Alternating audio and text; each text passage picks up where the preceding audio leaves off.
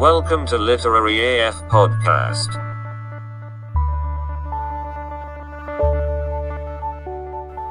Hola, mi amigos. You were not expecting that. No. Welcome to... Oh, I'm so sorry. My phone just vibrated. It was on top of the laptop. But we're not starting over now. It's too late. We're 6 seconds in. This train has left the station. Yeah. Welcome to Literary AF. My name is Sheldon. I'm Danny. And today we are going to talk to you about... Psy Changeling. Which is? A urban fantasy series by Nalini Singh. Which is also known as a book. Or a series of books. A series of books, yes. Alright, so... Danny. Yes. Tell us about this book. Alright. Well, these are a series of books.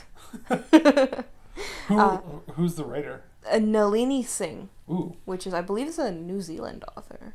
New Zealand. She at least lives there now. I don't know if she started there, but... I should have done a New Zealand accent off the start and not New Zealand? Whatever I did. These are... I would call them urban fantasy. Okay. I've seen them categorized as like paranormal romance, but for me, paranormal is like vampires and werewolves and ghosts and demons and stuff like that. Yeah. Whereas these are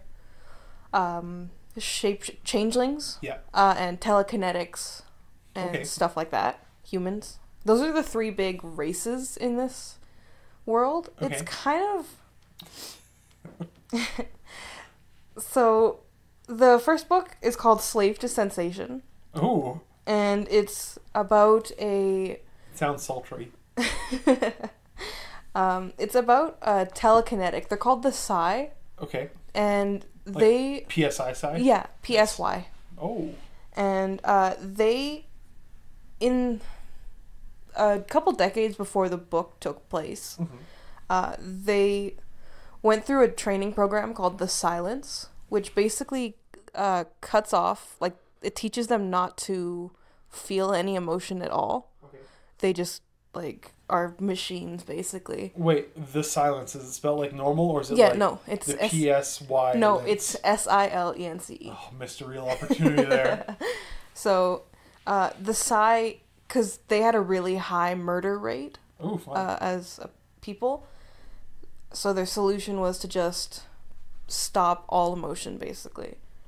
And they are kind of like the more, I guess, technologically advanced of the three of them, because they're all connected to the PsyNet, which is like a telekinetic link between everybody in the Psy people. Okay. So it's not like a hive mind, but everybody's got like these links to each other so they can communicate with each other all the time. But it's like a sieve mind. Sorry. Actually, I think I've only read 3 of the books so far, but at the point where I am now, there's like a plot where some of the bad guys are trying to turn it into a hive mind kind of thing, where there's some people at the top and they control people under them kind of thing, and then there's the changelings, which are groups of people who can turn into specific animals. So in Slave to Sensation specifically, the main male character is a leopard changeling. Okay. And so, can you explain how the changelings work in this game, or this game, this book? Is it like Animorphs almost, or? I don't really know Animorphs, so I can't really... Well, okay, we're remedying that right away. No, but like, do they have like one animal they can turn into? Yeah. Or okay. Yeah, they just have like the one animal. Okay. And they live in like packs, basically, where the male character in this book, his name is Lucas Hunter. Okay. He is the alpha of the Dark River Leopard Pack. Okay. And so he's in charge of all these other leopards. And they're actually working on a real estate deal with Sasha, who is the Psy. Her family is like a big, important family in the Psy, and they're doing a real estate deal together. Okay. To build houses for more changelings. Ooh. And she ends up being like the Psy who works with them, and then she goes to report back to her mother kind of thing. Okay. Except Sasha's kind of... She thinks she's defective, because as these books, you would expect that the emotionless robot people eventually start feeling feelings. Seems like where that would go. Yeah. Which is exactly what happens. Of course. She thinks she's kind of, like, defective, and when the Psy kind of defect like that, they get taken away and basically, like, lobotomized. And they don't function anymore, kind of thing. Okay. So she obviously can't let anybody know her secret. And, I'm trying to actually remember what happens in this one, because it's been a couple months now. There is actually a series of murders happening. And, what Lucas is trying to do is he's trying to get closer to the Psy, because he thinks that the murderer is one of the Psy, and actually thinks that he's probably part of the council. Okay. And Sasha's mother is a member of the council. So if he gets closer to Sasha, he gets closer to the council, kind of. And, I'm totally blanking on this book. It was actually, despite my lack of memory, it was a really good book. Okay. I really liked the setup. The world was really good. I liked a lot of the world building stuff. Mm-hmm. You managed to pack a lot of it in like 300 pages. Yeah, like 330 pages. Oh, wow. And, this one was not... Having just come off a 900-page book, yeah. I'm like, oh, that sounds amazing. It's so small. 300, I love it. This one was not, like, my favorite to start out with. Okay. But it's definitely necessary to just catch you up on what everything is and, like, what's happening. Mm-hmm. I actually listened to the audiobook for this one. Yeah. And the audiobook for the series is really not great.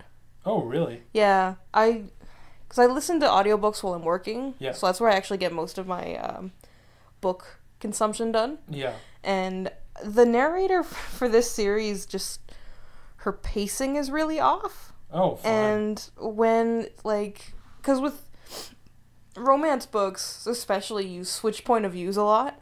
Mm-hmm. Most are, like, 2 point of view books, and it'll go back and forth between Sasha and Lucas. Yeah. And usually you expect, like, a pause between a switch. Like, just a page break so you can, see when the switch is happening. But the narrator just kind of continues right on through. Okay. And it just gets kind of, like, hard to keep track of. Yeah. And the other issue is, like, the chapters break in the middle of scenes. Oh, okay. And so the narrator will read a sentence. It'll be like, something, something happens, chapter 3, something, something, something happens, like in one long straight sentence. Oh, really? Yeah, and it's really hard to keep track of. That feels so, like, counterintuitive. Like, yeah. I know, like, I tried listening to the audiobook for Emma.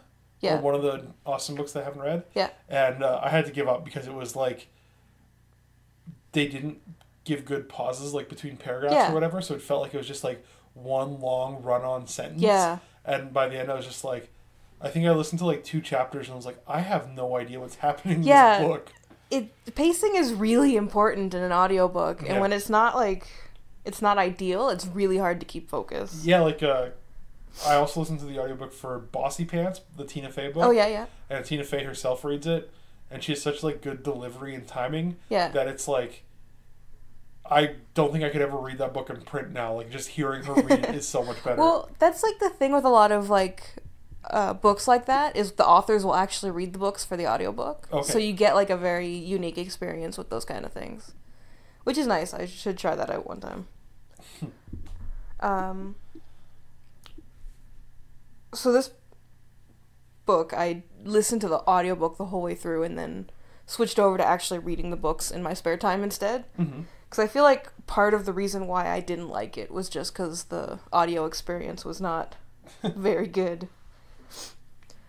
So the second book in the series is called Visions of Heat, which is another leopard changeling. Ooh. And another Psy. Sometimes they switch it up. Mm-hmm. Some books are like female Psy, male changeling, or male Psy, female Changeling, or humans, or two Changelings kind of thing, which is, at least they mix it up, because this is actually a really long series, so it's a good thing they didn't stick to one set.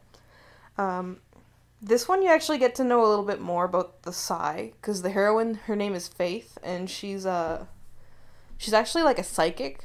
Like, she's really good at it, and the psychics have a tendency to, I guess, like, lose control of their mind after enough time, and she lives her entire life just, like, isolated from everybody. She lives out in the woods with nobody to talk to.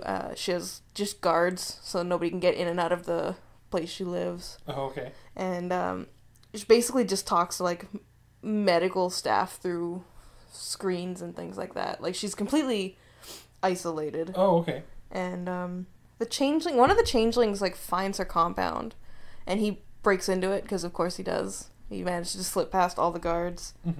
And they have, like, it's not like the Immortals After Dark series where they see their mate and they know instantly, but they do have, like, this connection between them, and they feel it, and he is instinctively like, I need to know more about this person.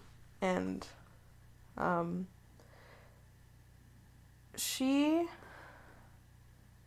thing about romance novels is the back of the book is never, like, descriptive in the right way. Okay. So when I'm looking at these books trying to refresh my memory about what happens, it's always just extremely vague. Yeah. And I don't actually remember what happens. I find that with a lot of movies, like, the, like, little, like, 5-line blurb will be like, this doesn't say anything about what happens in this movie.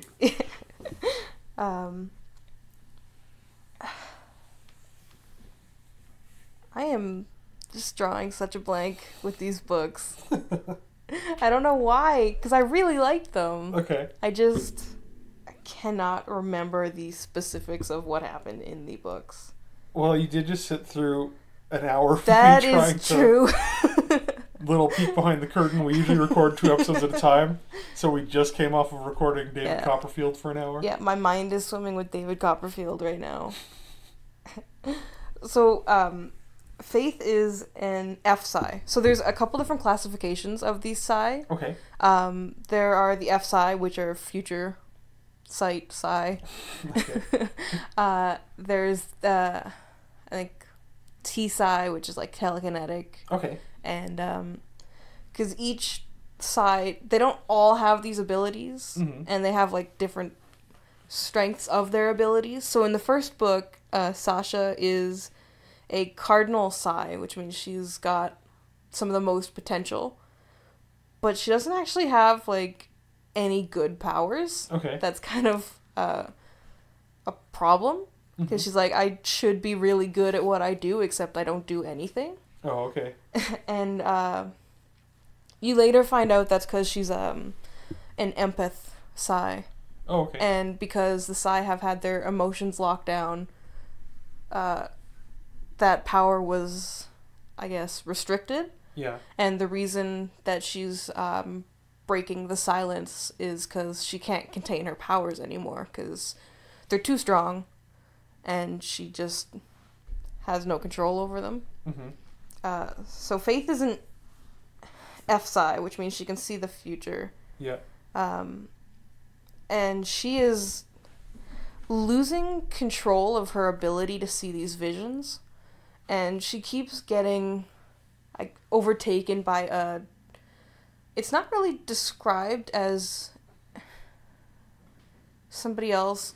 It's described as like a dark cloud basically settles over her and takes over her visions. Ooh, okay. And she starts seeing a murderer, basically. Ooh. And she has no control over when these happen. They just kind of hijack her when she's sleeping. Yeah. And so the part of this book is just trying to figure out what's going on with her and whether or not she's like completely losing control of her abilities. And there's actually a lot of murder in these books. Ooh, I love it. The first one, it's a different murder in this book from the first one. Each book is like a self-contained story, but they're all part of like a very large overarching plot. Because the plot is, I guess, they're trying to overthrow the Psy Council, and that kind of gets set up in the first one, and you see bits of it in the second book, and in the third book you're starting to see more stuff play out. The third book is actually about a male Psy, who, I guess, he broke off of the Psy-net, which they're not supposed to be able to do. The theory was, like, if a Psy splits away from the consciousness of the other Psy, they kind of... There's, like, a feedback loop in their mind, and they just die. And he managed to break off with his family to go to live with the wolf changelings, the snow dancers. Ooh. And the book is about him and one of the snow dancer females. The Snow Dancer is absolutely the name of my new hip-hop group. The Canadian hip-hop group. Canadian hip-hop group. Yeah, that fits, actually. This one was actually my favorite of the ones that I've read so far. Just because the characters I felt were a lot more interesting. Like, I liked Faith, and I liked what her character was doing, but Judd, who is the main male character of this book, he's... He used to be part of the Arrows, which was a group of assassins for the Psy, basically. Yeah. And he has, like, all these really cool assassin abilities where he can, like, teleport himself and teleport other people, and he's telekinetic, and he can read minds, and he can manipulate, like, the cells in people's bodies. Okay. And, like, just explode people's heads from the inside out. He's, like, a really cool badass. And awesome. The heroine of this book, Brenna, was actually... She was one of the victims from the killer in the very first book. The first book, like, ends with her being rescued, but she's been, like, pretty badly damaged. Okay. Because she was kidnapped by a insane telekinetic... An insane clown posse. And he basically, like, destroyed her mind. Oh, okay. And, like, tortured the hell out of her. And this book is about her, I guess, trying to return to some kind of normal life. And when you meet her, in this book, she's described as having, like, her eyes used to be blue, but now they're blue, but they have, like... shards of brown in them, like they're like, I thought that was a really interesting way to, I guess, change it up. Yeah. She is totally into Judd from, like, the very start. Okay. And Judd is like, well, I'm emotionless, so this isn't gonna work. And he has this fear that if he lets go of his emotions at any point, he's just gonna start killing people, because he has very little control over any of that, and he killed somebody when he was a child, and from that point on he kind of has this fear that he's just gonna basically kill everybody around him on no notice, like the second he stops keeping all of his emotions restricted. And in this one, there are more murders, actually. Somebody in the den is killed, and they have to try to solve who did that murder, and is clearly trying to frame Brenna for it. And at the same time, she is being hunted down by... Batman. Not Batman. Okay. No, not Batman. Just checking if it was a crossover. There's an ongoing war now between the Psy and the Changelings, and the Psy Council is, like, trying to do their best to just kill all the Changelings, because they're being a pain in the ass. And they keep sending, like, troops of soldiers to come kill them, or they reprogram the minds of a hyena changeling pack. Ooh. And they send that pack to come try to kill the... They kill the deer changeling tribe, and then they try to blame that on the wolves so that the leopard changelings think that they broke a truce and try to start a war between those two clans. Ooh. Which is pretty cool. Yeah. It's a lot more, I guess, world focused than you usually expect in romance novels. Yeah, it also feels like there's more, like, it's a little more plot heavy than some of the other romance books that you've talked about. Yeah. That's, like, this and Immortals After Dark. Yeah. They're all romance books, but they have a lot of world building going on, and they have storylines that carry over throughout the entire series. Okay. Which are really good. They're, because when you think romance novels, people usually just assume it's a love story and then it's over in 200 pages. Yeah. But, like, the first book sets up the world, and the second book starts putting into motion, like, plans for rebellion. And then the third book is, some of those plans start happening. Science centers are getting blown up, and, the Psy are fighting back, and people are dying. And this series is, I think it's around 18 books so far. Okay. And I know somewhere around book 15, maybe. Yeah. There's like a big event. Like one of the books is there is no main couple. Okay. And the whole book is just the ensemble cast. I guess their plans coming to fruition or whatever.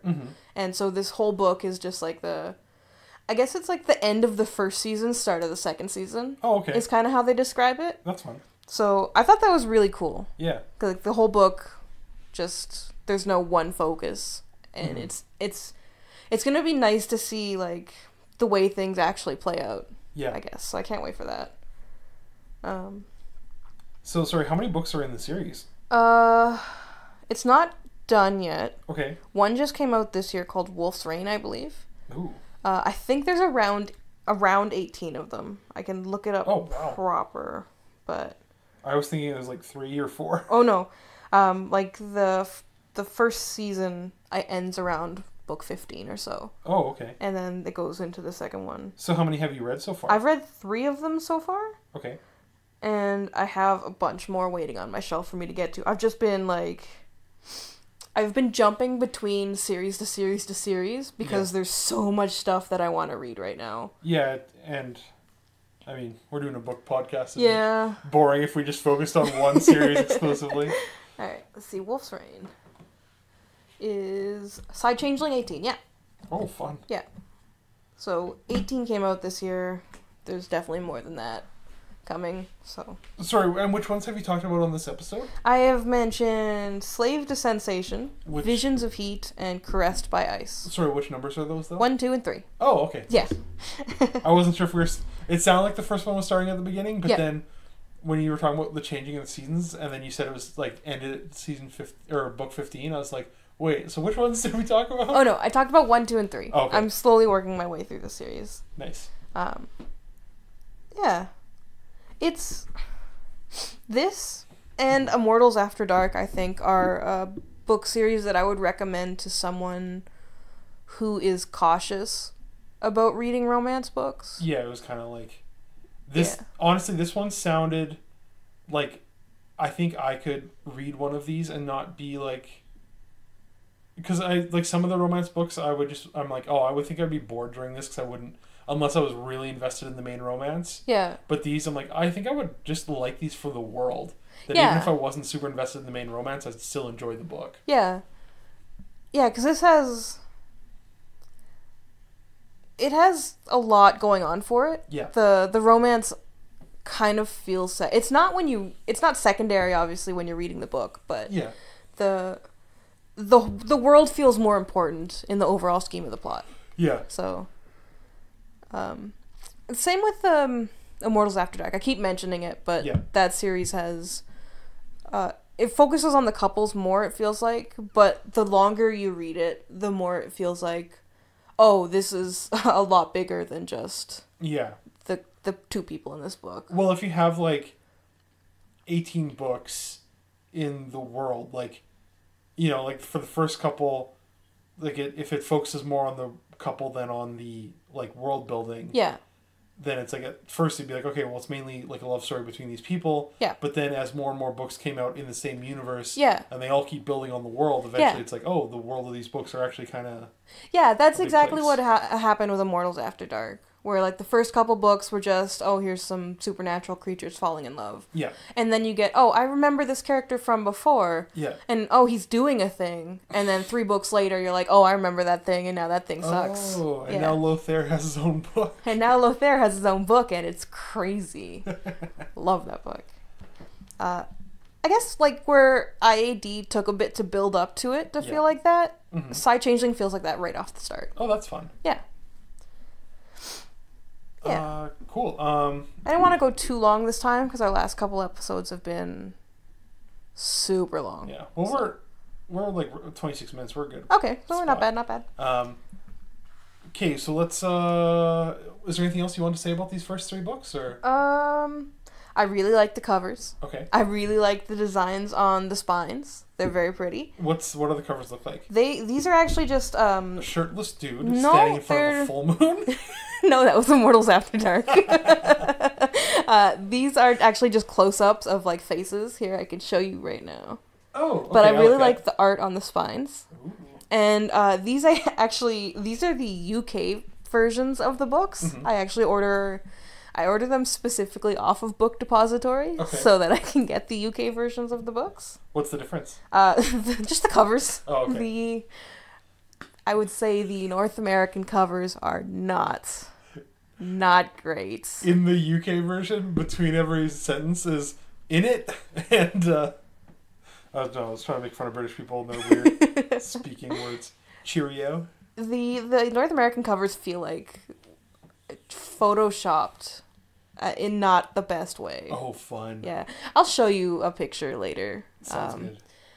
But the Caressed by Ice, if you want to look up the North American cover for that and then compare it to the UK cover, you'll see why I made that choice. Nice. I also just like having books that, like, all the covers have a theme and they stick to them. And the... Okay, I've seen it. One is a shirtless dude surrounded by icicles. That's the Caressed by Ice cover. Yeah. That's the American one? Yep. Yeah, and then the British one is like a close-up of the guy's face with some blood on his cheek. Yeah. Yeah. So you can see why. And the cover of the audiobook is 2 people having sex on, looks like a pile of ice. Perfect. Yeah. So I spend an extra like $1 per book to get these UK covers instead. So. Oh man. And I just saw, it looks like the Japanese cover. Mm-hmm. And it's like a sexy lady on like a fur thing. Oh. With Japanese printing over her. And a wolf howling. Oh, perfect. So are we, yes, we're done talking about... We're pretty much, yeah. Okay, I want to talk about what we're doing next week, so it's very exciting. Yeah, I mentioned it on the last couple episodes, but I said it was a triple threat secret, so... Oh, well, it's time to reveal the secret, I think. We are the 3 halves, no. The thirds, that doesn't sound good. The 3 Musketeers. Okay, we're going to workshop that. All 3 parts of Literary AF are getting together. Yep. And we are going to be recording a series on The Hunger Games. We're going back to YA. I am just going to say that I'm not going to be the only person rereading all the books this time, like when we did the Twilight series. I refuse to be the only person again. That's like 70 hours of my life that I will not get back. Well, I've read The Hunger Games fairly recently, other than the last book. Yep. So I'm going to be reading that one for the first time. Yep. And we're also going to do a episode on the movies, I think. Yeah, I think it'll round out nicely if we do 4. Yeah. So get ready for that. If you've never read those books, it'd be a good time. They're YA, so they're super fast to go through. Yeah. I know when I originally read them, I think it took me like an afternoon to read each book. Yeah. I remember reading them when I was in high school. I think I was probably 17 or 18. I started them Friday night after school. So was that like 2 years ago? Or? Yeah. That was about 10 years ago now. Oh my gosh. Yeah. I started them like the Friday after school, and then I finished them the Sunday morning at like 3 a.m. Yeah, I remember at my old job where I didn't have to work very hard. I just started at the middle of a shift or like close to the start of a shift and was done before the day was over. Yeah. So, I wish I still had that luxury. So anyway, so if you have never read those, read them or reread them or watch the movies so that you know what we're talking about. It's going to be lots of fun. Danny, where can people find us? They can find us on Facebook, Literary AF, Podbean, Spotify, iTunes, and YouTube, LiteraryAFPod. And I'm on Twitter, LiteraryAFPod, and our Gmail, literaryafpod@gmail.com. Yep, you can feel free to contact us about business opportunities, or if you're a single woman who's listening to this podcast and likes the sound of my voice, please send all dating applications to our Gmail. Feel free to reach out if there's any comments you would like to make. Yeah, except for if it's criticism. We do not want to hear any criticism. We're very sensitive. Yeah, Danny cries all the time. All the time. It's hard to get her to stop crying for like half an hour to record these. I stop solely to record the episode and then I just start crying again when it's over. Loudly wailing. Living with me is terrible. It's a never-ending nightmare. Well, thank you for listening. Yeah. Hope you tune in next week when we talk about some end-of-the-world dystopia stuff. Yeah. Peace out. Bye.